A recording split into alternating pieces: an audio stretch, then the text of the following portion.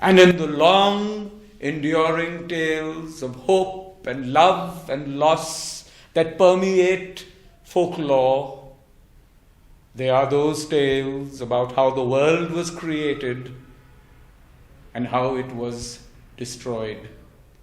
Every culture in the world has its own version of how the world was created and how the world was destroyed.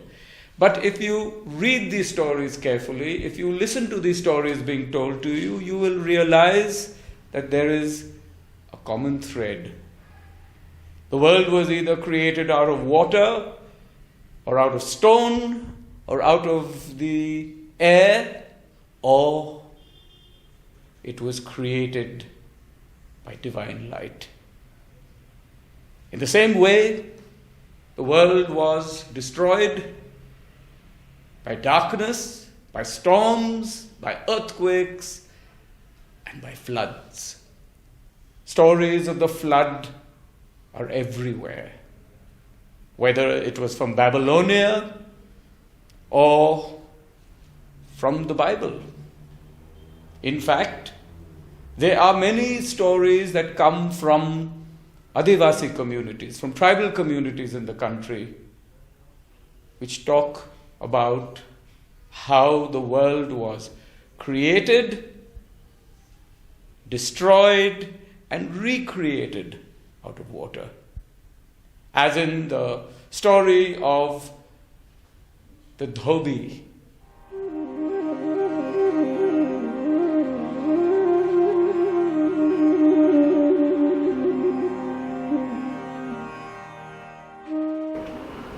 This is the story from central India. I'm picking out one of these stories. It's from central India. Originally, people said it came from the Bhil community, but others said it's from the Gond community, but we don't know today where it came from because there's so many different versions. So this is one version. A long time ago, a very, very, very long time ago, there was a poor Dhobi community. People who would be washing, even in those days, they had somebody who did somebody else's work. So there was a Dhobi who washed clothes by this little river. And not far away from where the Dhobi community was, there was a very rich landed family. So there was a beautiful girl in this, particularly from this family, and this young Dhobi fell in love with her. And his parents said that don't be stupid, you're just, you're just an underling, you're a worker, who's going to accept you? So he never got married. The classic stories of somebody who's unfulfilled love, you don't get married, and at the end of your life you say, oh my God, I missed the boat. Yeah? So here it was, he hadn't missed the boat, but he was a very quiet, reflective chap. He used to go by the river, or it's actually not really a river, a narrow stream. He'd go there and be washing his clothes and washing his clothes and washing his clothes. And he was, because he didn't have the companion of his life, this fellow had become so reflective that he had developed the powers of sensing the language of other creatures around him, and picking up this language and understanding this language. So, there he was. It so happened that the great divine spirit, the Lord, or maybe the lady of all things, said, the world has gone too far. In all our stories together, the world has become terrible, and now I'm going to destroy the world, and there's going to be a big flood and everything will be destroyed. Now, there was a lizard a small lizard, a spiny-tailed lizard, about this big, yeah, who used to be there in the courtyard of this divine great, great spirit. He heard it. Now this fellow was a gossip. He couldn't keep anything to himself. So what did he do? He went rushing. I can't wait. I can't wait. I can't wait to tell someone, anyone, anywhere. I had to tell this piece of information. So he rushed along.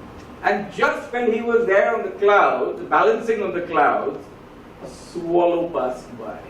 And he shouted, "Hey, stop, stop, stop." What's happening? Oh, it's you. Now what piece of gossip do you have? He said, "Listen, there's going to be a flood and everything is going to be wiped out. Do you know that? Everything's going to be wiped out." The swallow said, "I don't believe it. I don't believe it at all." So the swallow flew around and came down near the stream. And the swallow was drinking water. And the swallow said, "Stupid being, and there's going to be a flood." Fish came out of the water, popped her head out. "What's that you said?" "It's going to be a flood." "There's going to be a flood. You believe it? There's going to be a flood that's going to destroy all the world. Is it possible to destroy the world?" Fish said, "Oh, it's a silly, silly thing. There's going to be a flood." Fish went off, and it went and went and went. And it kept popping its head up, and every human being who passed and said, "There's going to be a flood." Nobody understood the language of fish. They didn't know the fish was warning them. So it came along, swimming along. It was a carp fish, a rather big fellow. Came along with a very big mouth, so we talk a lot, right?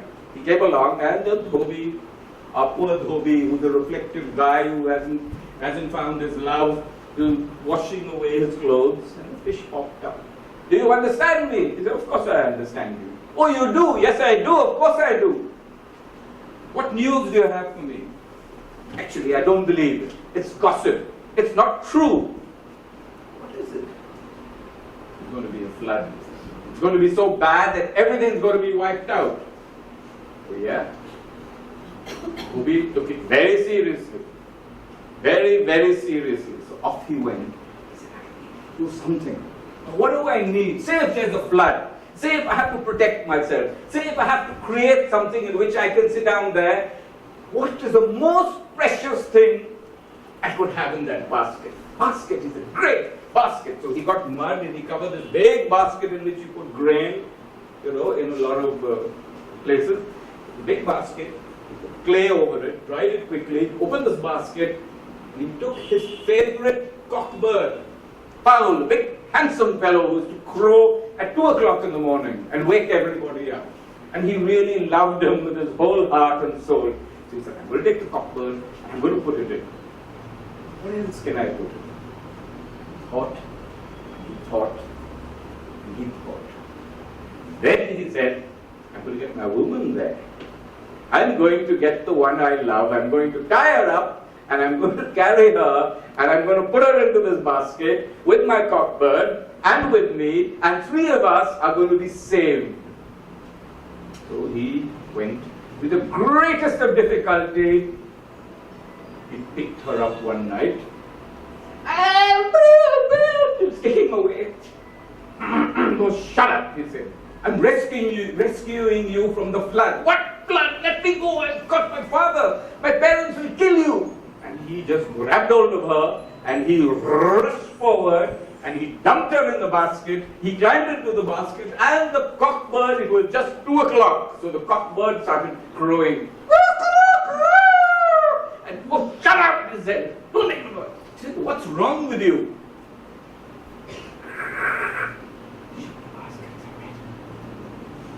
"Okay, tell me, what's all this about?" The woman asked him. "There's going to be a flood." "Flood? Are you crazy or what?"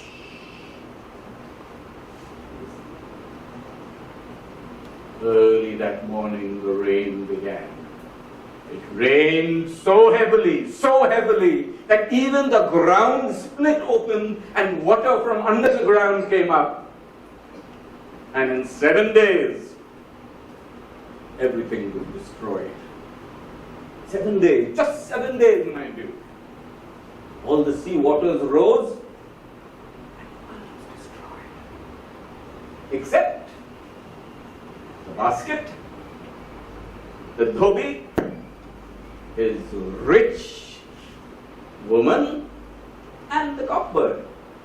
The cockbird was so confused, he didn't know what was day and what was night and when is he supposed to crow, what's happening in this world. So the cockbird asked him, when am I supposed to crow? The woman said, what's this bird? Seems to be telling you something. So he said he's asking when is he going to crow. He doesn't know, he's lost bearings of time. And then he said, so the bird stayed quiet and the basket floated on the water, floated and floated and floated. And then the Great Spirit and the Divine Being with all his or her angels came down and said, oh, have we destroyed everything? Yes, everything is destroyed, O Great Spirit. Everything is destroyed. Suddenly the cockbird said, what's that? What's that? And then they began to look everywhere. Again, after a little while, then they said, it's this basket! And all the divine assistants gathered around and looked at this basket bobbing around in the river. And they opened it. There's a man, there's a woman, and there's a bird. What? They survived my wrath? Get them out. So by then the water was settling down, and there was a hill that come up. So there they put the man, the woman, and the bird, who couldn't stop crowing because poor chap, because for so long he kept quiet, he carried on. He said, can't you keep this creature shut up? The bird kept quiet. He said, now what am I going to do with you all? I thought I wiped out everything. Then there was a conference amongst all the divine things. What are we going to do? Okay, good idea. Tell you what we'll do. You face north, he told the fellow, and you face south, he told the woman. He, she, the spirit told the man and the woman. Okay, now turn around clockwise twice. Now look at each other. What do you see? He said, I see a rich woman. And she said, I see just a damn Dhobi. He said, okay, I'll go anti-clockwise. So they went anti-clockwise. Ding, ding, ding. And then they opened their eyes. He asked the man, what do you see? He said, I see my wife. He asked her, what do you see? She said, I see my husband. Okay, go forth and populate the world. Then they looked at the cockbird. What are they going to do with this fellow? Oh, we'll do something about him. Let's take him away. They carried him off, and no one has heard of him ever again. Yeah? And these two became the first man and the first woman after the flood to repopulate the world. Thank you.